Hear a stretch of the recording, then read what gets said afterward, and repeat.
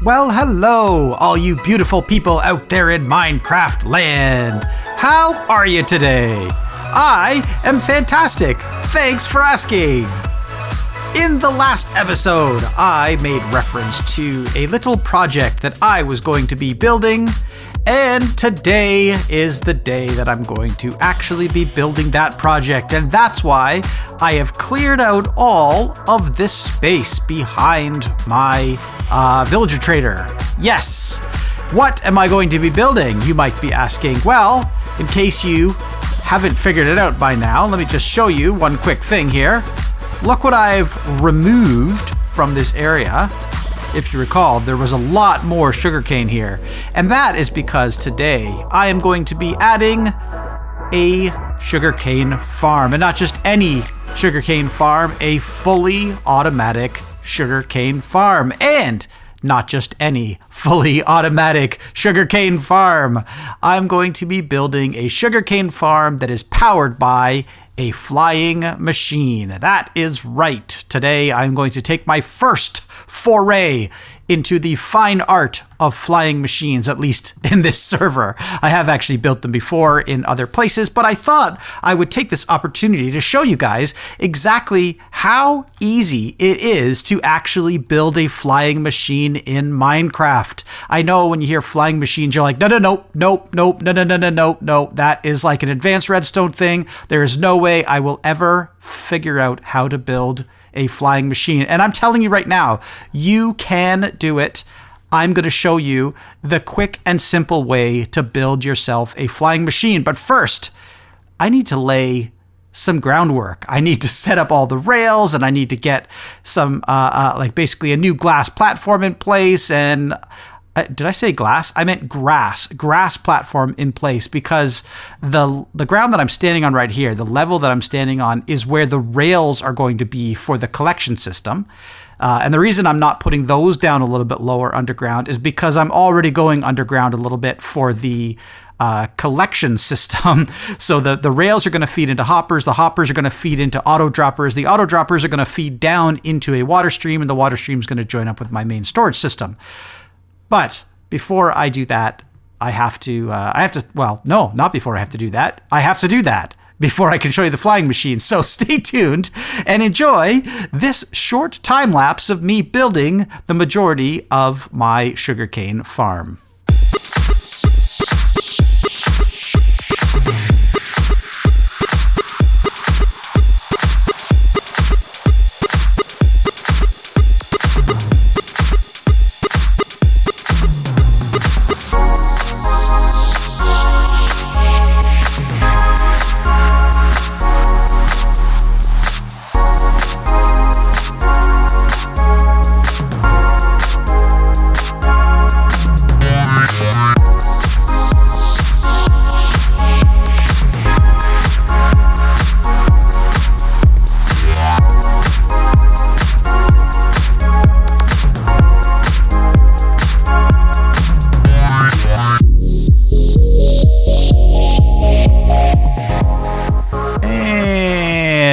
There we go.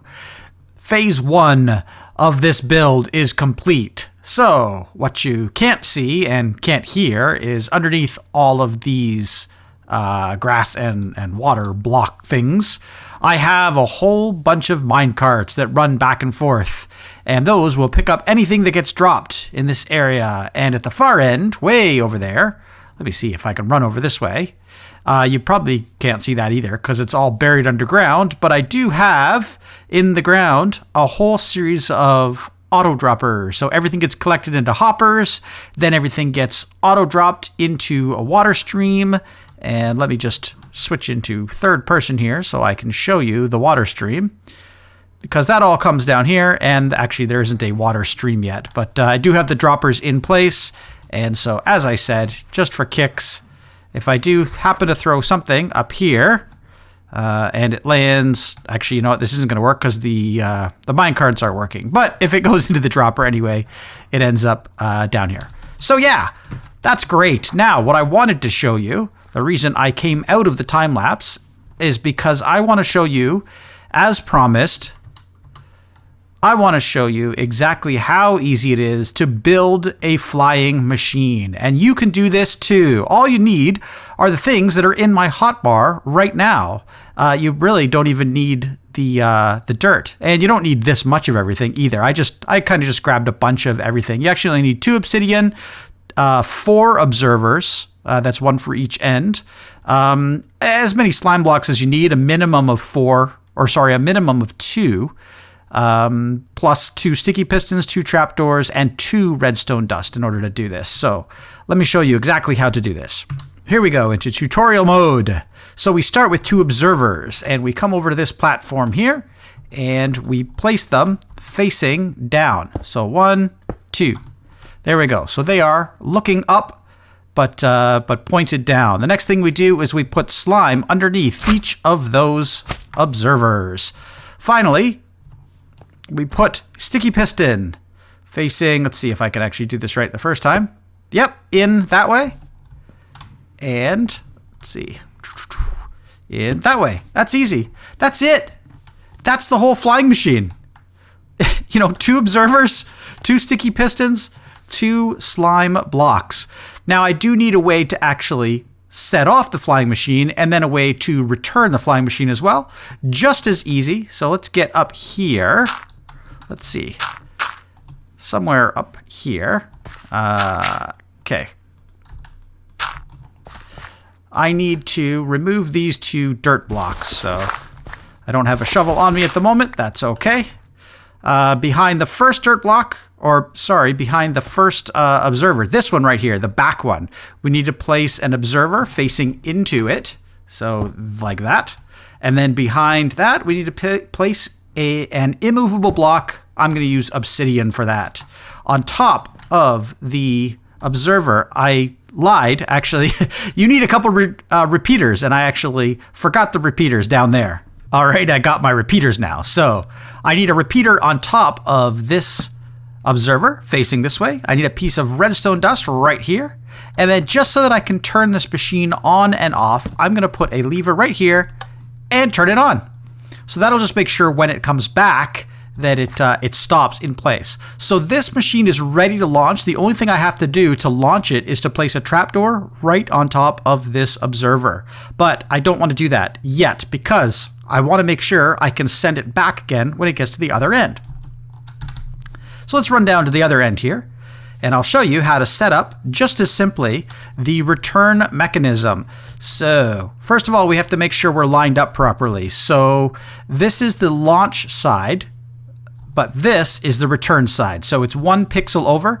This is, if you look at the flying machine, this is the part that's actually more forward right now, the observer that's more forward. So we have to do our return along the row of the return side. So that would be this row right here, conveniently lined up to beside my my little guy here. So I'm going to start the same way with the obsidian in the back, then the observer in front of that facing into the obsidian, like that, so that it is ready to, actually that's not right. It's supposed to detect, so I actually need to do that the other way around. So let me just pop that in there, and I will break that. And of course, I got to get it now. So let me just scale up here, up, and up. Let me grab that guy. So this guy needs to go here, facing this way. There we go. And it's actually exactly the same thing on this side that it is on the other side. So really easy to remember this sort of thing. So you've got the repeater, you've got the redstone, and now this, what we have to do is put a trapdoor on the front of here, just like that.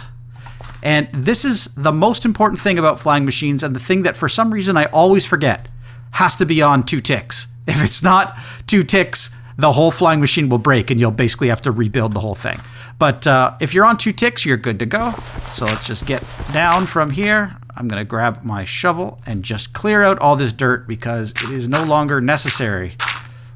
All good.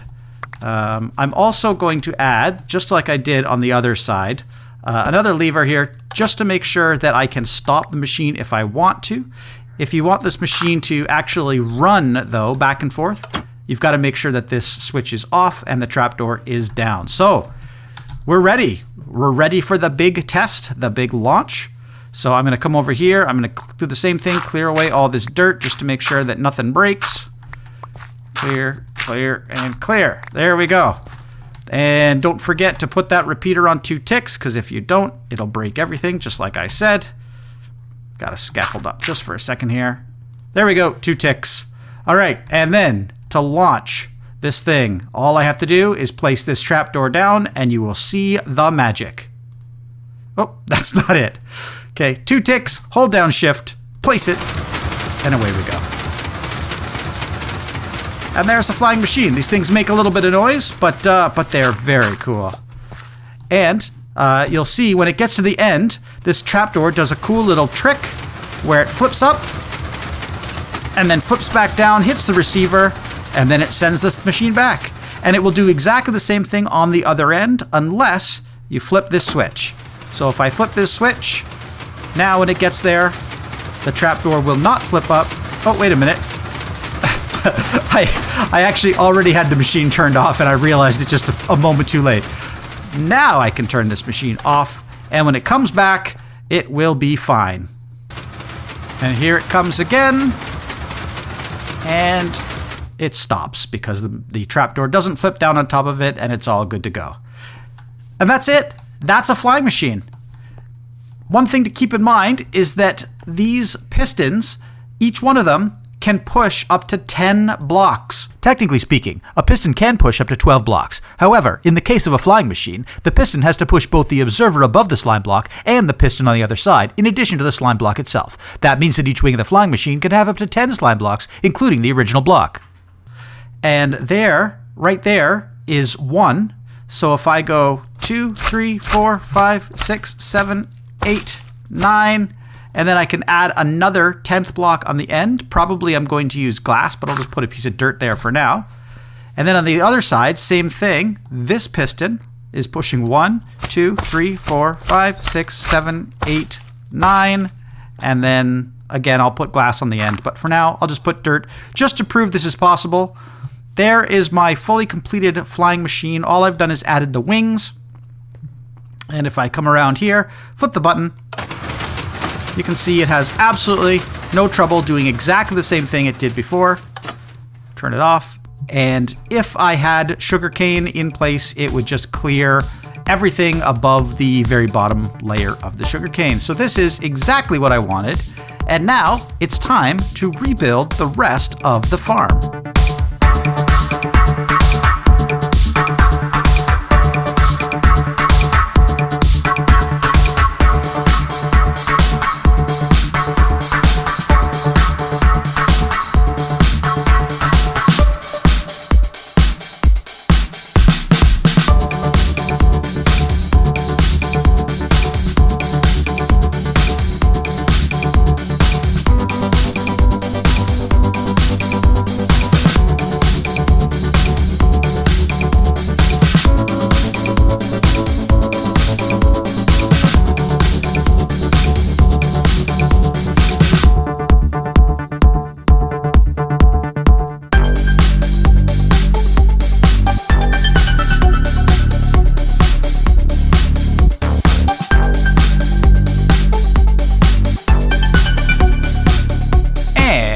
There we have it.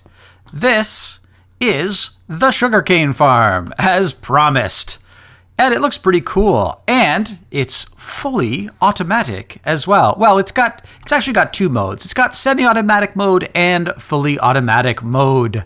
So remember how I said that flying machines are relatively easy? Well, they are. But the redstone that you can add to flying machines, and other contraptions for that matter, can make them pretty difficult or harder to understand. I'm going to walk you through this really quick anyway, just for those who are interested, but this is only going to be like a 30-second overview. So imagine, if you will, observers I actually have 4 observers, so I didn't want to monitor all the sugarcane in the farm, but I just picked sort of 4 random pieces of sugarcane to monitor. And the whole idea is, if the sugarcane grows up to the point where it's 3 high, it will touch one of these 4 observers. So whichever one touches it first will trigger this observer. So this observer then will fire a quick pulse, which will turn off this torch. This torch is connected to an AND gate. So basically, if this torch is off and this torch is off, then this line goes off. So where does this torch come from? This torch is controlled by the flying machine itself. So I actually have a piece of redstone attached to the flying machine, a redstone block, so that when the flying machine gets back, it actually turns on this line. So this line basically says, is the flying machine back? So if the flying machine is back and it detects sugarcane has grown, then it puts it into what's called a ready state. So basically, this block will get kicked over here, and then it'll be ready to turn on the flying machine. It basically says, launch the flying machine when you detect sugarcane grows, as long as the flying machine is already back. The reason I had to put this AND gate in is because, if you can imagine, these observers would trigger every time the flying machine leaves as well, and when it's coming back, because it's going to pass by all of the sugarcane. So as the sugarcane breaks, and I don't need that. I only need it to say, yes, I'm ready to launch when I've grown back up after the machine is back. So that's what all this crazy redstone does. And sorry if that was an overly complicated explanation, but yeah, it's pretty straightforward if you actually just kind of break it down into its individual pieces. So what I'm going to do is a first full-scale test, and in order to do that, I have to climb down this ladder here. Or, just fall. That's fine too. So I need to flip this switch. So that basically depowers this redstone right here and allows it to go into fully automatic mode. And then I just need to launch it one time. And I do that with this button right here. And that should have sent the flying machine, but for some reason it didn't. Maybe this switch is supposed to be the other way? And then launch? Yep. That's a little bit loud. So anyway, the flying machine is going now. The carts need to be going as well. So there we go. I will send the carts on their way. So they're going to fire all the way down there, collect all the sugarcane, and then when they come back, there you go. They'll start to slowly unload it. And I did cover this hole back up again, so you can't actually see all the sugarcane falling into the hole, but you can hear all those droppers firing. And if I come all the way over here, we should be able to see sugarcane. There it is, flying up the pipe. And it's going into the automatic storage system. Why can't I say automatic? I keep wanting to say automated, but it's automatic. That's the better adjective, right?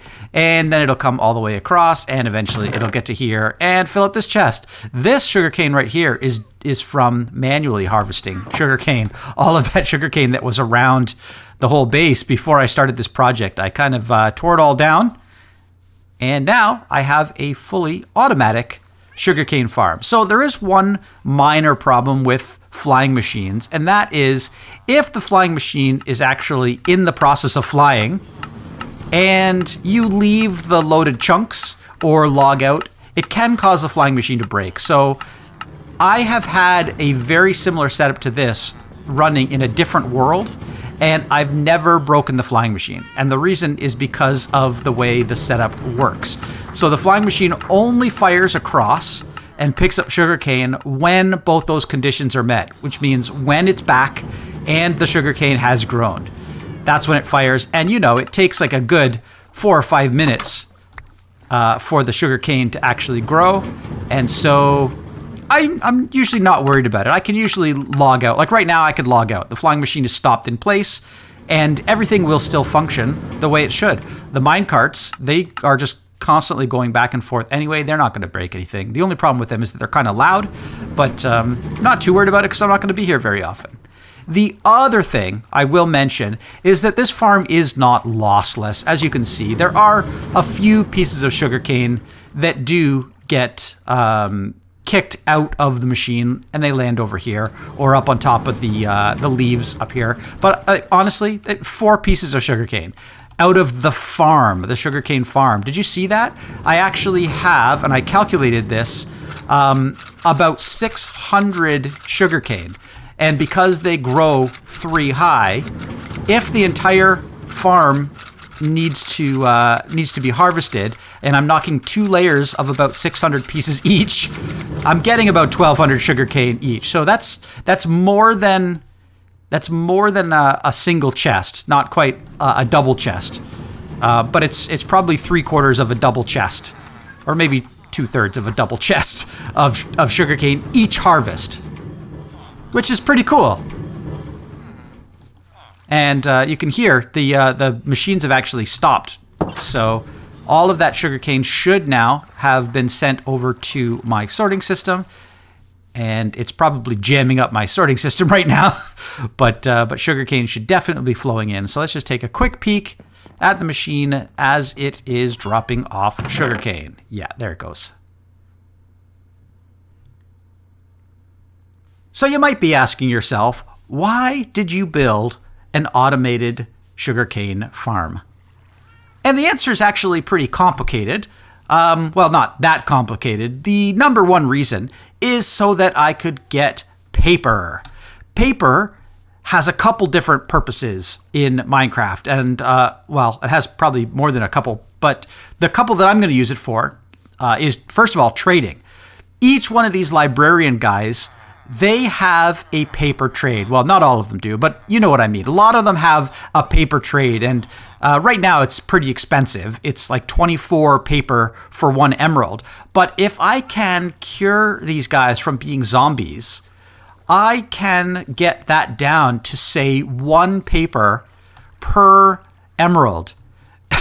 And that's crazy. If you think about it, the amount of sugarcane that I can actually farm very quick, 1,200 sugarcane I can farm in one go. That equates to 1,200 emeralds. I almost said 500 emeralds. No, it's 1,200 sugarcane for 1,200 emeralds, because it's 1,200 sugarcane for 1,200 paper and 1,200 paper for 1,200 emeralds. I wouldn't even be able to trade that much in a single day, because of the trade limits on these guys. They'll lock up after, say, 12 per. So even though I have about 12 of those guys there, and say 10 of them can trade for paper, why am I bogging you down with the math here? That's kind of silly. The point is, I can trade paper for emeralds, and that's cool, but that's not the only thing I need paper for. The other thing I need paper for is, of course, rockets. Now, rockets aren't going to come into play right now. As you can see, I don't have an elytra on me. I haven't even fought the Ender Dragon yet. So I'm going to need to do that in an episode in the near future. And then I can do some end raiding, and I can collect my elytra and all those other things. But you know what? I need to sleep. But I think that is going to do it for this episode. I have had a lot of fun today building my automated sugarcane farm, and I hope you guys had a lot of fun watching me build the automated sugarcane farm. Don't want to smash into my house this time. If you liked my sugarcane farm and this video in general, please feel free to click that like button. You know I like it when you like my videos. I like it when you like me, or like my videos. So click that like button. Also, if you really liked this content and you want to show your support, and if you want to see more content like this in the future, feel free to subscribe to this channel. It's free. It doesn't cost anything. You just click that subscribe button on YouTube, and then it helps me out. It helps you out, because you get great content like this sent right to you in your inbox. You can also click the notification bell. You know how that thing works. Or do you know how it works? I actually don't know how it works. I think you should tell me how it works. Anyway, thanks so much for watching. I will see you in the next episode. Golden Carrot.